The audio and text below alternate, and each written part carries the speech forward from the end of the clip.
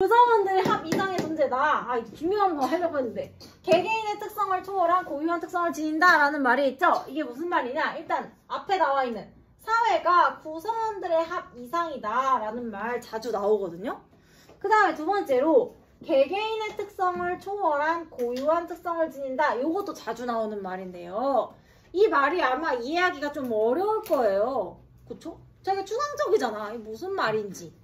자, 이거는요, 여러분, 제가 사례를 하나 들어드릴게요. 이 사례를 들으면은 금방 이해를 할 수가 있거든요. 이게 무슨 말이냐. 사회라는 거는 구성원의 특성과는 전혀 다른 특성을 지닐 수 있다는 말이거든요. 혹시 여러분, 약간 뜬금없는 얘기처럼 들릴 수 있는데, 여러분 카더가든 아세요? 네. 알죠? 카더가든이 얼마 전에 알고리즘에 굉장한 혜택을 받았잖아요. 그 귀여운 이진인가? 그 애기랑 같이 나와가지고. 애기 진짜 귀엽지 않나요? 진짜 순하더라. 걔는 엄마가 보고 싶다 와 이렇게 우는 게 아니라 엄마 이게 다잖아. 정말 귀여웠어요. 어쨌든 카더가든을 제가 왜 얘기하냐면 제가 몇 해 전에 세종의 호수공원에 놀러 갔거든요. 세종의 호수공원 놀러 갔는데 거기에 엄청 크게 플랜카드가 붙어 있는 거예요. 그래서 봤죠. 그랬더니 세종에서 락 페스티벌을 한대. 그래서 왜 락 페스티벌을 하지? 이렇게 생각하면서 이 밑에 봤어요. 혹시 가수 오나? 하고 봤는데 카더가든이 온다는 거야. 그래서 오! 그 당시에 제가 카더가든 노래 중에 그 나무라고 하는 노래가 있어요. 나무. 그래서 제가 그 노래를 되게 좋아했거든요. 그래서 야 그러면은 락 페스티벌 가면은 카더가든의 라이브로 나무를 들을 수 있나 보다 라고 이제 기대감에 잔뜩 부풀어가지고 제가 이제 갔어요. 카더가든을 보러. 그래서 호수공원이 되게 커요. 잔디광장이 이만하다고 칩시다. 여기 이렇게 무대가 있었어요. 근데 그날 진짜 사람이 많이 와가지고 제가 이렇게 주위를 딱 돌아보면은 여기가 까맸어요. 잔디가 안 보이고. 그만큼 사람이 진짜 많이 왔거든요. 그래서 이제 그날 사람들 다 카더가든 기다리다가 마지막 순서에 드디어 이분이 올라오십니다. 그래서 야 드디어 나무를 들을 수 있겠구나 기대를 했는데 제가 아까 이거 무슨 페스티벌이라고 했죠? 락 페스티벌. 그래가지고 이분이 발라드를 부르잖아요. 그게 락 페스티벌이니까 자기 나름대로 생각을 했나봐. 그래서 자기 노래를 안 부르고 무슨 이상한 영어 노래를 부르는 거예요. 근데 진짜 유명하지도 않아. 그래서 아무도 모르는 거예요. 그 노래가 무슨 노래인지. 그래서 이 막 노래 엄청 열심히 부르는데 엄청 싸해진 거죠. 다들. 여러분의 표정처럼. 뭐지? 아, 이렇게. 근데 이제 카더가든 노래를 부르다가 자기도 이제 한 번은 마이크를 넘기고 싶었나 봐요. 그래서 마이크를 이렇게 하다가 세종 소리 질러 하고 마이크를 넘겼어요. 근데 사람들 어땠을까? 아무도 소리 안 질렀죠. 그래서 세종 소리 질러 하고 딱 마이크 넘겼는데 진짜 이 수많은 사람들이 다 정적이 흐르는 거죠. 그 밴드 음악만 되게 처절하게 흐르고 있고. 그래서 좀 이게 되게 상황이 웃픈 상황이 있었는데 제가 지금 이 얘기를 왜 하냐. 저는요 여러분 일반적으로 이런 페스티벌 같은 데 가서 가수가 노래를 부르면서 여러분 소리 질러주세요 하면 소리 질러줘요. 왜? 저는 그 사람의 마음을 알거든요. 이렇게 반응이 없는 관객들 앞에서 원맨쇼를 한다는 게 정말 힘들다는 걸 알아요. 그래서 웬만하면 소리 지르거든요. 그래서 저도 그날에 소리 질러 했을 때 아! 까지 했어요. 근데 주변에 아무도 소리 안 지르니까 아! 이렇게 된 거죠. 그래서 지금 얘기를 왜 하냐면 이 소리를 지르고 싶었던 사람이 이 수많은 사람 중에 나밖에 없었을까? 아니겠죠. 분명히 카더가든을 진짜 좋아해서 쫓아다니는 대전과 세종, 청주에 사는 수많은 팬들이 이 현장에 있었을 거예요. 그래서 자기가 좋아하는 가수 소리 질러달라고 하니까 지르고 싶었겠지. 근데 이 소리 지르고 싶은 사람이 수없이 많이 모여도 이 사람들이 모여서 앉아있는 이 공간은 전혀 다른 특징을 가질 수가 있다라는 거죠. 그 얘기예요. 그래서 사회라는 것은 이 개개인들 구성원들보다는 훨씬 더 그 사람들의 특징을 뛰어넘는 전혀 다른 특징을 가질 수가 있다라는 거죠. 시끄러운 사람이 10명이 모여 있어도 그 집단이 조용할 수 있다는 거지. 그래서 개인들의 특징과는 전혀 다른 특징을 사회는 가질 수가 있다. 여러분도 똑같잖아요. 우리가 1대1로 만나서 대화를 할 때에 제가 질문하면 여러분들 대답 잘하잖아요. 근데 이제 이렇게 같이 앉아있으니까 대답 못하는 거지. 그런 거 생각하시면 돼요. 너네들 한 사람 한 사람의 특징과 다른 특징을 가질 수 있다라는 거. 아무튼 그렇습니다. 카더가든. 그 다음에 이제 근데 여러분 카더가든이 왜 이름이 카더가든인지 알아요? 네. 그래 이름이 차정원. 저는 그날 처음 알았어요. 그래서 저는 카더가든이 무슨 특별한 의미가 있는 줄 알았는데 본명이 차정원이라서 칼 더 가든이래요. 정말. 아, 그렇습니다. 그 다음에 두 번째. 개인과 사회의 관계에 대한 입장입니다. 사회 실제론이 바라보는 입장이에요. 사회는 개인보다 우월한 존재죠. 왜 사회가 개인보다 우월하냐? 개인은 사회의 영향을 받아서 행동을 하기 때문에 그렇습니다. 그러니까 사회가 힘이 굉장히 세요. 그래서 사회는 개인보다 우월한 존재다. 그래서 두 번째 나옵니다. 구성원들의 의식과 행동을 구속한다. 밑줄 치시고 동그라미 2번. 사회는 방금 전에 말씀드렸듯이 개인들에게 영향력을 행사해요. 우리는 그것을 사회 구조의 구속성이다 라고 표현합니다. 그래서 사회 실제론에서 바라보는 사회라는 것은 외재성과 구속성을 가진다 라고도 표현을 해요. 그래서 이거 기억하면 외우기가 쉽습니다. 저도 대학교 때 외우고서 지금까지 기억을 하고 있어요. 어쨌든 그렇고, 자 이제 세 번째, 아니고 두 번째입니다. 사회는 구성원들의 교체에도 불구하고 고유한 특성을 유지하며 지속된다라는 거죠. 아까 봤잖아요. 사회라는 거는 개인들의 특징과 전혀 다른 특징을 가지고 있기 때문에 여기서 한두 사람이 나간다고 해서 갑자기 이 교실이 뭐 대답을 잘하는 교실이 되는 것도 아니고 한두 명이 들어온다고 해서 갑자기 여러분이 말이 많아질 것도 아니죠. 그런 것들을 생각하시면 됩니다. 사회 자체로서 특징이 있기 때문에 구성원이 바뀌어도 사회의 특징은 유지가 되는 거예요. 세 번째 볼게요. 사회 전체의 이익은 구성원 개개인의 이익을 초월한 의미를 지닌다라는 표현이 나와 있죠.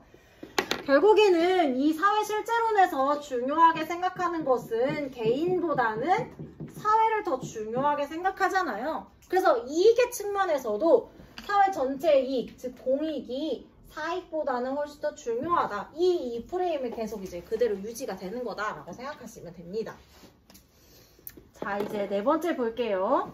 사회문화 현상을 탐구하기 위해서는 개인의 특성보다는 사회의 특성을 탐구해야 한다. 이건 뭐 거시적 관점에서 하는 얘기랑 똑같죠. 개인은 구조에 영향을 받으니까 우리는 구조에 관심을 둡시다. 그 얘기 똑같은 얘기. 다섯 번째도 같은 얘기 반복이거든요. 볼까요? 사회 구조나 제도의 문제가 구성원 개개인의 잘못된 의식이나 행위를 초래하므로 사회 문제 해결에 있어서는 개인의 의식 개선보다 구조나 제도의 개선이 우선되어야 한다. 그러니까 계속 구조와 제도를 봅시다 라는 얘기를 똑같은 말을 서로 다른 표현을 바꿔가면서 반복하고 있습니다. 자, 관련 사상으로 지금 사회 실제론에 사회 유기체설을 관련 사상으로 들고 나오고 있죠? 자, 사회 유기체설 우리 처음 보는 거 아니죠? 우리 이거 배웠잖아. 뭐 할 때 배웠었지, 얘들아? 그래, 기능론 배울 때 우리 사회 유기체설을 이미 배웠어요. 사회 유기체설, 기능론에서는 사회라는 것을 뭐에 비유한다고 했죠? 그렇죠. 몸에 비유한다고 했습니다. 그럼 몸 안을 보면은 다양한 장기들이 있죠. 뭐 뇌라든지 심장이라든지 폐라든지 뭐 등등등 다양한 장기가 있습니다. 예를 들면 이러한 장기 하나하나가 사회로 봤을 때는 개인이라고 볼 수가 있겠죠. 이런 식으로 개인들이 있어요. 그런데 우리가 봤을 때 예를 들어 심장이라고 하는 기관은 굉장히 중요하잖아요. 없어서는 안 되죠. 그런데 이 심장이 중요한 거는 뭐가 있기 때문에 중요한 거야? 그렇죠. 몸 안에 있으니까 심장이 중요한 거지. 사실 심장을 꺼내가지고 몸 밖에 이렇게 심장을 두면은 그래도 여전히 중요해요? 아니잖아요. 그냥 심장이 몸 밖에 있으면 그냥 핏덩어리일 뿐인 거지. 뭐가 중요해? 즉 둘의 선후 관계를 봤을 때에는 뭐가 더 중요하다? 얘가 더 중요하다. 그러니까 우리가 앞에서 계속 반복했었던 개인보다는 사회가 더 중요해요 라고 하는 입장이 같은 결이다. 그래서 얘가 나오는 거다 라고 생각하시면 됩니다. 같은 얘기 반복이라 조금 지루하죠? 자 이제 의와 한계 볼게요. 이 사회 실제론으로 설명하기 좋은 거는 뭐고 사회 실제론으로 설명하기 어려운 게 뭐냐라는 내용입니다. 뭐 거시적 관점이랑 사실상 똑같은 내용이 나오고 있습니다. 볼게요.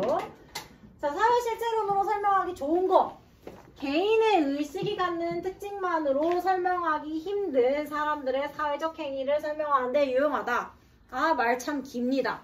사실 이건 결국에는 개인들의 특징으로 설명하기 힘든 사회적 행위, 즉 다른 말로 개인들이 사회에 영향을 받아서 나오는 행동을 설명하기 어렵습니다. 라는 이야기인 거죠. 설명하는데 유용하다라는 얘기인 거죠.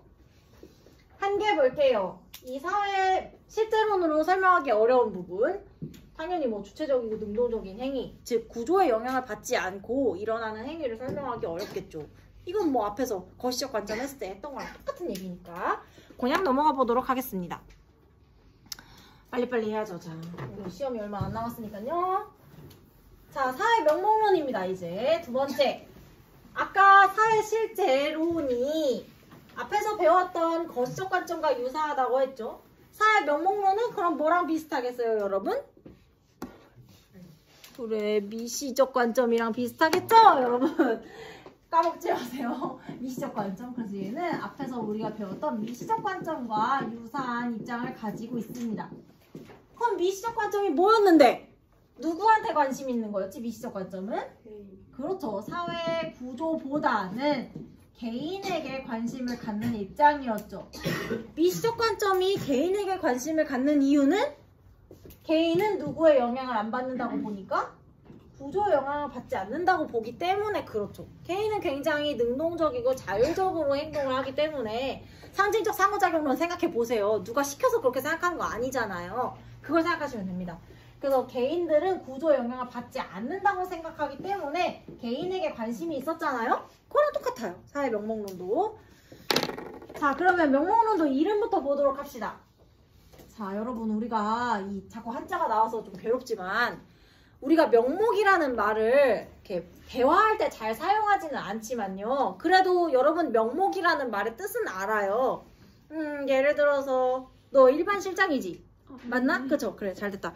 예를 들어서 너 이름 예리인가? 그래, 예리는 미안해 명목만 일반 실장이야 라고 누가 말했다고 칩시다. 그러면 그거는 무슨 뜻이야? 그렇지. 예리는 이름은 실장 타이틀을 달고는 있지만 실질적으로 실장 역할을 안 한다는 뜻이잖아요. 그거예요. 사회 명목론도 결국에는 사회라는 것은 이름일 뿐이다. 뭐가 실제로 존재를 하는 게 아니라는 거죠. 그냥 이름만 사회라고 붙인 거지 진짜 뭐가 있어가지고 사람들이 그것에 영향을 받고 그런 거 아니라고 보는 게 이 사회 명목론의 입장이라고 생각하시면 됩니다. 그냥 여러 사람이 모여있는데 그거 부르기가 좀 어려우니까 우리 이거 사회라고 부를까? 그 정도의 느낌인 거예요. 아까 실제론에 비하면 굉장히 사회가 하찮아졌죠? 그렇게 생각하시면 됩니다. 그러니까 이 사회 명목론은 전제를 봅시다. 그렇게 나와있죠? 사회는 실제로 존재하지 않고 단지 개개인의 집합체를 가리키기 위해 붙여진 이름에 불과하다 라고 나와 있습니다. 그러면 실제로 존재하는 건 뭐냐? 사람들이 상호작용을 통해 만들어내는 다양한 사회적 관계, 즉 개인들이 먼저 있는 거죠. 개인들이 모여있어야 우리가 걷다가 사회라는 이름을 붙일 거 아닙니까? 그래서 실제로 존재하는 거 우리가 봐야 되는 거는 개인이다 라는 게 이 사회 명목론의 입장인 거예요. 그러니까 결국에는 봤을 때 개인과 사회 중에 명목론이 중요하게 생각하는 것은 개인인 거죠. 뭐 이거는 뭐 뒷구르기 하다 봐도 개인인 거죠. 사회는 이름뿐이라잖아요. 이름뿐인 거 우리가 뭐하러 탐구를 하겠습니까? 자, 그래서 보면 개인과 사회의 관계에 대한 입장입니다. 개인은 능동적인 상호작용을 통해서 사회의 모습을 직접 만들어간다라는 내용이 나와 있죠. 이 사회를 만들어간다라는 말이 명목론에서 굉장히 자주 등장하는 말이에요. 왜 그러냐? 아까 봤듯이 사회라는 것은 이름이래잖아. 개인들이 모여 있어야지 사회라는 이름을 붙일 수가 있죠. 그러니까 개인이 있어야지 사회가 존재한다라고 해서 개인이 사회를 만든다라는 전제가 가능한 거예요. 개인이 있어야 사회도 있는 거니까 개인은 사회를 만든다. 그 다음에 두 번째. 그래서 사회 구성원이 바뀌거나 사람들의 의식이 변화하면은 사회의 특성도 같이 변화하는 거죠. 그래서 개인이 모인 것을 사회라고 부르는데 이 사람들의 집단이 바뀌었어. 그러면 사회도 바뀌는 거죠. 그래서 개인이 바뀌면 사회도 바뀐다. 아까 실제론에서는 사회라는 게 개인들을 넘어선 어떤 자기만의 특성이 있다라고 봤는데 지금 그게 없다고 보는 입장입니다. 계속 이어서 볼게요. 세 번째, 개인의 권리와 이익을 보장하는 것이 중요하다. 이거는 뭐 위에서 보는 것처럼 개인을 사회보다 중요하게 생각하기 때문에 이익의 측면에서도 그렇게 보는 거죠. 그래서 이거는 그냥 빠르게 넘어갈 수 있습니다. 그 다음에 네 번째, 사회의 특성은 개개인의 특성이 모여 나타나는 것에 불과하기 때문에 개인의 의식이나 심리 등을 통해서 사회 현상을 설명해야 한다. 사실상 미시적 관점이랑 다 똑같은 얘기죠, 이것도. 이어서 5번째도 같은 얘기입니다. 개개인의 잘못된 의식이나 행위로 인해 문제가 발생하기 때문에 사회 문제 해결에 있어서는 구조나 제도보다는 개인의 의식 개선이 우선되어야 한다. 개인이 사회를 만드는 거니까 문제가 있으면 개인을 고쳐야 된다. 당연한 결론인 거죠. 자, 관련 사상으로는 지금 3가지가 나오고 있는데요. 뒤에 2개, 개인주의와 자유주의 같은 경우에는 여러분이 개인주의가 뭐야? 자유주의가 뭐야? 라고 물어보면 뚜렷하게 답하기 어려울 수는 있어도 이 사상의 이름을 보면은 뭐를 중요하게 생각하는지를 알 수 있잖아요. 개인주의는 뭐가 중요하다는 걸까? 개인. 자유주의는? 자유. 자유는 누구 거? 개인 거죠. 그러니까 얘는 둘 다 결국에 개인을 중시한다는 점에서 이 사회 명목론에 관련 사상으로 제시가 된다는 걸 알 수가 있어요. 근데 이제 앞에 얘가 도대체 왜 나왔는지 조금 궁금할 수가 있습니다. 사회계약서는 도대체가 왜 나왔을까? 이 명목론에 관련 사상으로. 여러분 정치화법 배운 친구들은 아마 사회계약서 배웠을 것 같아요. 그쵸? 사회계약서의 내용이 뭐예요? 사회는 누가 만든다? 그렇죠. 인간들이 계약을 통해서 만들었다라고 해서 사회계약설인 거죠. 다시 개인들이 계약을 통해서 사회, 즉 국가라는 것을 설립을 했습니다. 라는 게 사회계약설이잖아요. 예를 들면 원래 개인들은 국가가 없는 자연 상태에서 살고 있었죠. 사상가마다 생각은 다르지만 홉스라고 하는 학자는 예를 들어 자연 상태가 너무 무서운 거지. 만인에 대한 투쟁 상태. 나처럼 덩치도 작고 힘도 없는 애가 밖에 나가면 얻어 터진단 말이에요. 너무 무섭잖아. 그래서 강력한 군주가 통치하는 국가를 계약을 통해서 만들었다라고 보는 거죠. 그런 식의 이론입니다. 그러니까 결국에는 사회라는 거는 그냥 지가 알아서 존재한 게 아니라 누가 만든 거라고? 개인들이 만든 거예요. 그 둘 중에 누가 먼저예요? 얘가 먼저인 거죠. 그러니까 개인이 있어야 얘도 있는 거다. 얘가 더 중요해. 라는 입장이 똑같은 거다. 라고 생각을 하시면 됩니다. 그래서 사회계약설이 사회명목론에 관련 이론으로 등장하고 있는 거예요. 아이고 힘들어. 자, 여러분 우리 문제 한번 풀어봅시다. 69페이지에 가보시면은요 4번 문제가 있어요. 자, 이제 목이 나가기 시작했죠? 4번 문제는 문항 자체가 어려운 것은 아니고 이 실제로 명목론 관련 문제에서 자주 나오는 표현이 지금 보기 하나 등장하고 있기 때문에 같이 보려고 풀자고 하는 문제입니다. 지금 6분이니까 여러분 한 9분쯤에는 같이 풀이를 할 수가 있겠죠?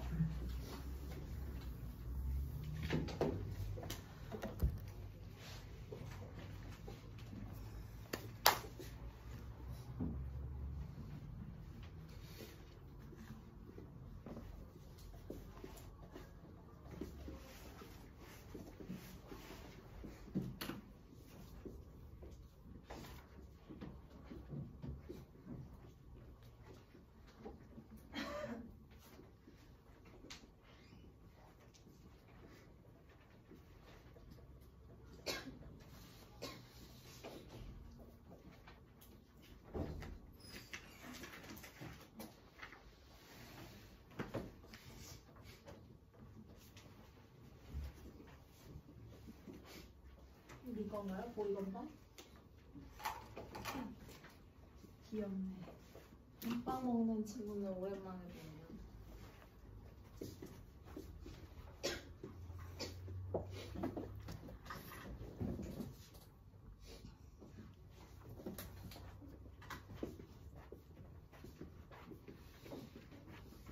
오, 다들 그럭저럭 잘 푸는데? 보기가 별로 안 어려웠나 봐요.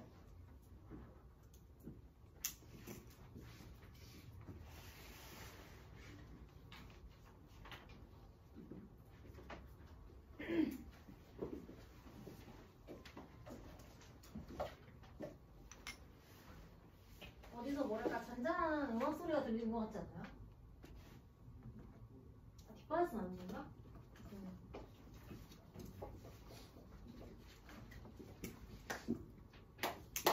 몇 분이야?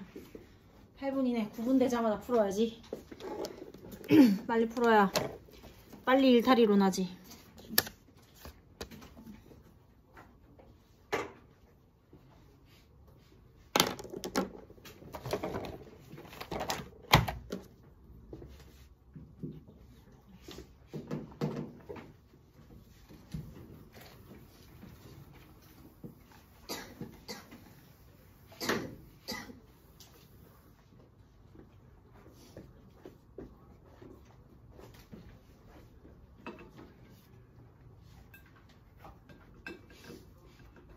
대충 다 푼 것 같으니까 그냥 지금 할까요?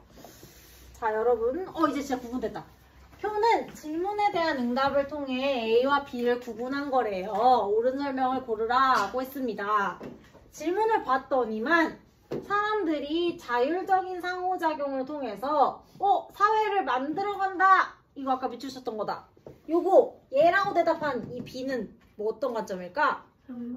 그렇죠. 명목론이죠. A는 실제론이겠죠. 자, 그러면 가라는 질문은 뭔지는 모르겠으나 실제론에 대해서는 명목론은 아니요 라고 대답을 할 만한 질문이 들어가야겠죠.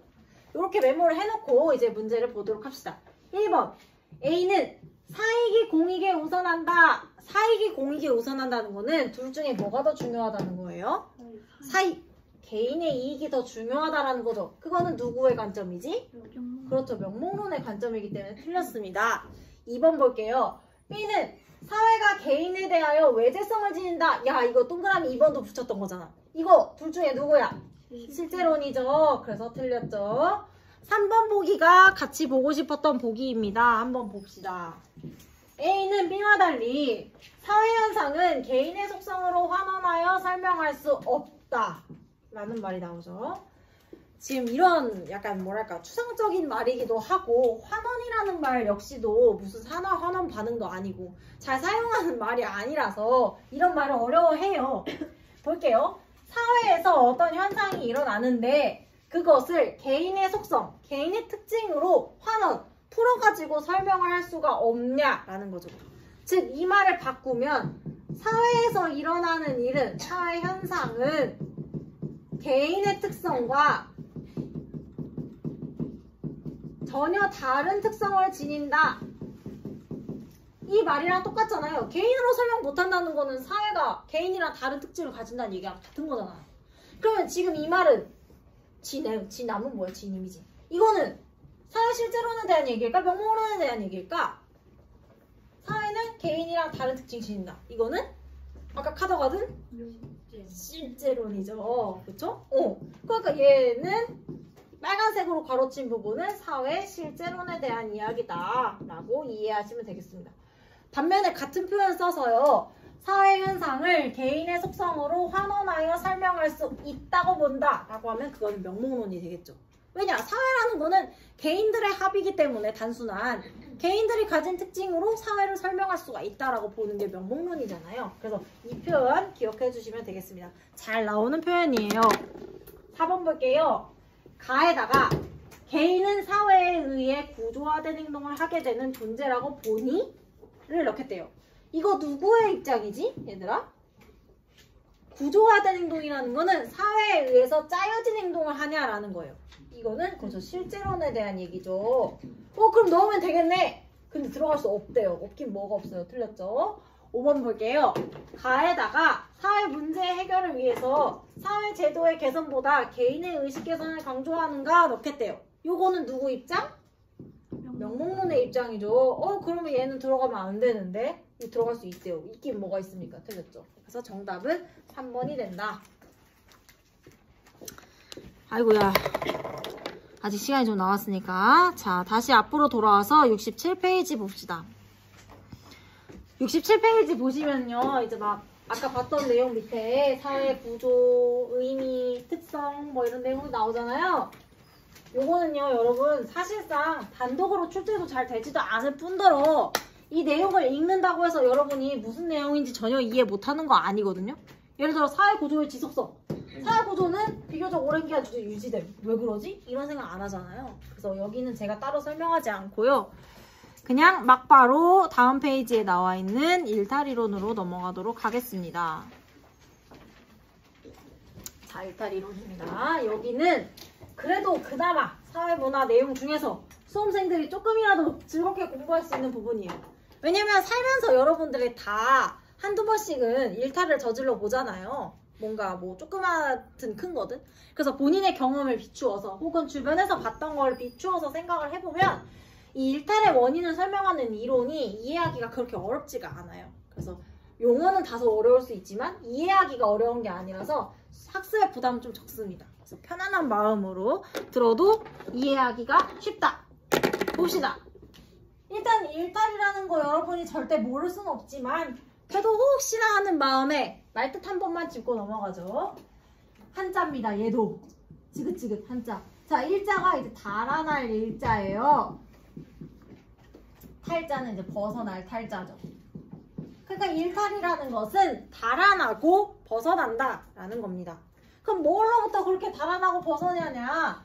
개인이 사회, 우리가 앞에서부터 계속 말했던 사회 구조로부터 벗어나는 행위를 하는 것. 우리는 그것을 일탈이다 라고 부르는 거죠. 그러니까 뭔가 사회적으로 바람직하다고 생각하는 거, 우리에게 기대되는 거, 그런 것들이 있는데 그거 말고 다른 거를 하면 일탈이다 라고 부르는 거죠. 그래서 밑에 의미도 똑같이 나와 있습니다. 한 사회에서 일반적으로 받아들여지고 있는 사회 규범이나 사회적 기대에 어긋나는 행동이 일탈이 된다라는 겁니다. 여러분은 착해서 이제 이런 거 많이 안 하겠지만요. 어쨌든 그런 것들, 뭐 주로 뭐 범죄 행위 이런 것들 생각하시면 되겠죠. 중요한 건 이제 일탈 행동의 특성입니다. 가끔 뭐 그냥 쉬운 문제 같은 걸로 나올 수 있는 거인데요. 일탈이라는 거는 시대와 사회, 상황에 따라서 무엇이 일탈 행동인지에 대한 판단의 기준은 상대적이에요. 우리는 이것을 일탈의 상대성이다 라고 부릅니다. 무슨 말이냐? 어떤 행위를 했어요. 근데 그 행동이 일탈이라고 규정되는 거는 시대, 사회, 상황에 따라서 다를 수가 있다는 거야. 같은 행동을 해도 어딘가에서는 일탈이 되고 어디에서는 안 될 수 있다는 거죠. 예를 들면 고전적이지만 몇 가지 예시를 들어서 생각해보면요. 예를 들어서 우리나라의 한 80년대? 70년대? 그때에는 남자들이 머리를 길게 기르고 다니는 것이 뭐 사회에 저항하는 의미네, 뭐 어쩌네 저쩌네 하면서 경찰서에 잡혀갔대요. 근데 지금은 안 그렇죠. 그래서 이거는 이제 시대에 따라서 일탈의 정의가 달라질 수 있다라는 걸로 생각하시면 되겠습니다. 물론 뭐 저도 그런 시대에 살진 않았지만은 아무튼. 그러니까 만약에 지금도 이랬다면은 우리 이종섭 부장님 같은 사람은 벌써 잡혀가서 머리 깎였겠죠. 근데 지금은 아니니까 그런 것들. 그 다음에 또 일탈을 정의하는 거는 사회와 이제 상황에 따라서도 다른데요. 예를 들면 여러분들 요즘에 또 시험 기간이고 하니까 공부하다 보면은 귀가가 늦어지는 때가 있잖아요. 저희 반 애들도 막 3월 달에 상담하면서 물어보니까 뭐 스터디 카페 같은 데 들르고 뭐 학원 갔다가 가고 하면은 뭐 11시 반 이럴 때 집에 간다는 거야. 그래서 야, 너 진짜 집에 늦게 간다 막 이런 얘기 했거든요.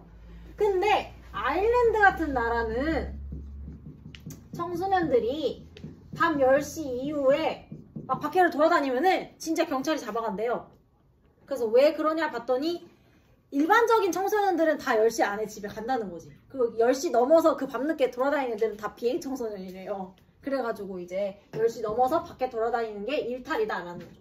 그러니까 이거는 이제 사회의 모습에 따라서 뭐가 일탈인지에 대한 규정이 다르다. 뭐 이런 예시 너무 많습니다. 그런 것들 생각하시면 되겠고요. 자, 일탈 행동의 영향 볼게요. 일탈을 하는 것은 사회에 긍정적 영향도 주고 부정적 영향도 주거든요. 가볍게 봅시다. 일탈이 긍정적인 영향도 줘요. 뭐냐? 구성원들이 사회 문제가 무엇인지를 깨닫게 해주고 그것을 통해서 사회가 변화할 수 있는 계기를 주거든요. 사실 우리가 일반적인 범죄를 보면서 이걸 떠올리긴 좀 어렵기 때문에 약간 또 옛날 예시지만 이걸 생각해보면 어떨까 싶어요. 일제강점기에 독립운동을 하던 사람들을 생각해보시면 좋을 것 같아요. 일제강점기에 독립운동은 불법이었죠. 이를테면. 왜냐면 일본은 싫어하니까. 근데 이제 독립운동을 하는 사람들을 주변 사람들이 보면서 이거 뭔가 일본이 통치하는 거 잘못된 거구나. 아, 우리 바꿔야 되는구나. 라고 깨달음을 주는 계기가 생기지 않습니까? 뭐 그런 것들 생각하시면 됩니다. 그 다음에 뭐 부정적 영향, 뭐 이거는 우리가 더 잘 알죠. 일탈을 저지르면 사회가 혼란하고 사회 통합이 저해된다. 뭐 이런 내용이 있습니다. 뭐 주로 범죄 생각하시면 돼요. 그래서 뭐 약간 여담이지만 제가 매일매일 아침마다 뉴스를 보거든요. 오늘 아침에도 이렇게 제가 이렇게 다이슨으로 머리를 이렇게 말면서 뉴스를 보는데 오늘은 그게 나왔어요. 서울에서 고등학교 3학년 학생이 수업 시간에 핸드폰으로 게임을 했나봐요. 그래가지고 선생님이 이제 핸드폰 뺏으려고 했는지 뭐 훈계를 했는지 그랬나봐. 그래가지고 이제 걔가 격분을 한 나머지 선생님한테 핸드폰을 안 뺏기려고 이렇게 들고 있다가 선생님이 계속 이제 달라고 했는지 막 그랬나봐. 그래가지고 핸드폰 선생님을 때려가지고 뭐 그런 일이 있었어요. 그래서 전 다짐했죠. 이제 애들이 딴짓해도 아무 소리 하지 말아야겠다. 얻어맞고 싶진 않거든요. 그런 것들. 그리고 또 뭐 많은 일이 있죠. 학교에서는. 그거 말고도 또 몇 해 전에는 또 완전 반대 입장에서 선생님이 아이를 살해한 정말 끔찍한 사건도 있었잖아요. 별일이 다 있죠.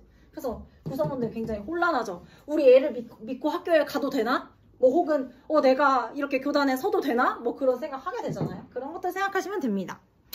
제가 이렇게 딴소리를 길게 하는 이유는 여기를 하기에는 좀 시간이 부족하기 때문에 여기는 다음 시간에 해야 될 것 같아요. 제 생각에는. 대신에 다음 시간에 굉장히 말을 빨리 해야 될 것 같아요. 다음 시간에 일탈이로 다 할 거거든요. 오늘 여기까지 하고 다음 시간에 일탈이론부터 합시다.